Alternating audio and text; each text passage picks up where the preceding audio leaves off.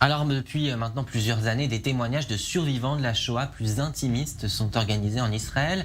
Ça s'appelle Zikaron Basalon et pour la première fois, l'ONG Shakara a invité des participants venus de pays du Golfe. On reçoit pour en parler Arsène Ostrovski. Bonjour, vous êtes avocat et membre de cette organisation. Comment ça s'est passé cette première fois avec des membres venus du pays du Golfe? Est-ce qu'il y a eu des surprises?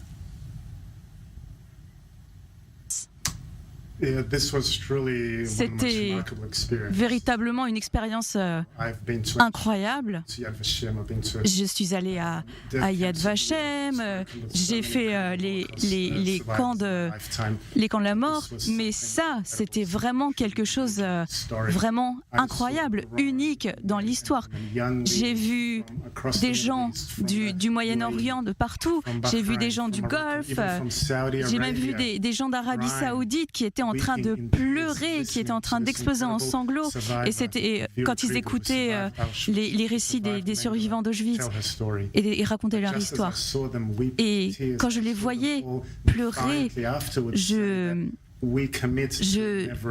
voyais qu'ils disaient qu'ils s'engageaient à ce que ça n'arrive plus jamais. Ils voulaient combattre l'antisémitisme et c'était vraiment quelque chose, c'était vraiment une des expériences les plus émouvantes que j'ai jamais vécues. Est-ce qu'avec les années, la mémoire de la Shoah est un peu plus enseignée dans ces pays ou c'est toujours pas le cas?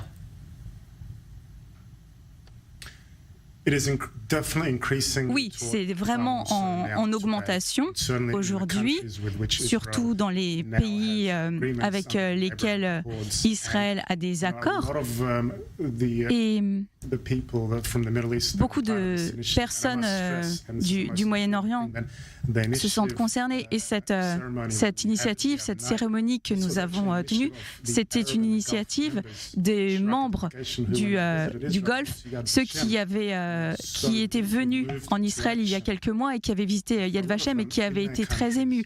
Et pour certains d'entre eux, l'Holocauste, c'est vraiment quelque chose qu'il ne faut pas minimiser.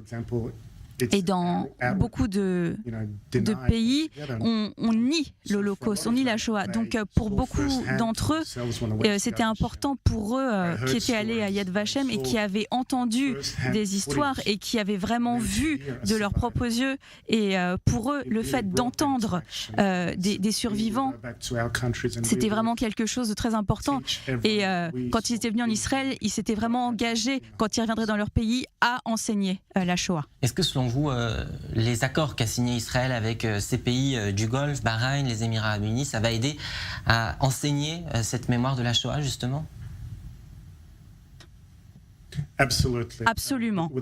Je n'ai aucun doute là-dessus.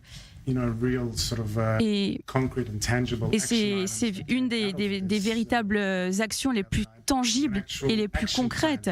C'est qu'il y a un plan d'action pour parler de l'Holocauste et pour combattre l'antisémitisme. Et encore une fois, c'est une initiative qui vient des pays du Golfe. Et cette initiative parle d'enseigner l'Holocauste aux communautés et qui parle de l'importance d'avoir une définition de l'antisémitisme, de pouvoir trouver de l'aide et pour pouvoir s'opposer au BDS et de pouvoir répondre. Et il faut aussi rappeler que Israël est un État, et l'État juif. Et je pense qu'ils ont compris les mots plus jamais. Ils ont vraiment compris ce que ça voulait dire. Et ils ont été très émus et ils ont eu vraiment envie d'agir et ils ont compris que c'était quelque chose de vraiment très important. Il ne s'agit pas seulement de juste se souvenir. Il est vraiment nécessaire d'apprendre du passé pour créer un avenir meilleur.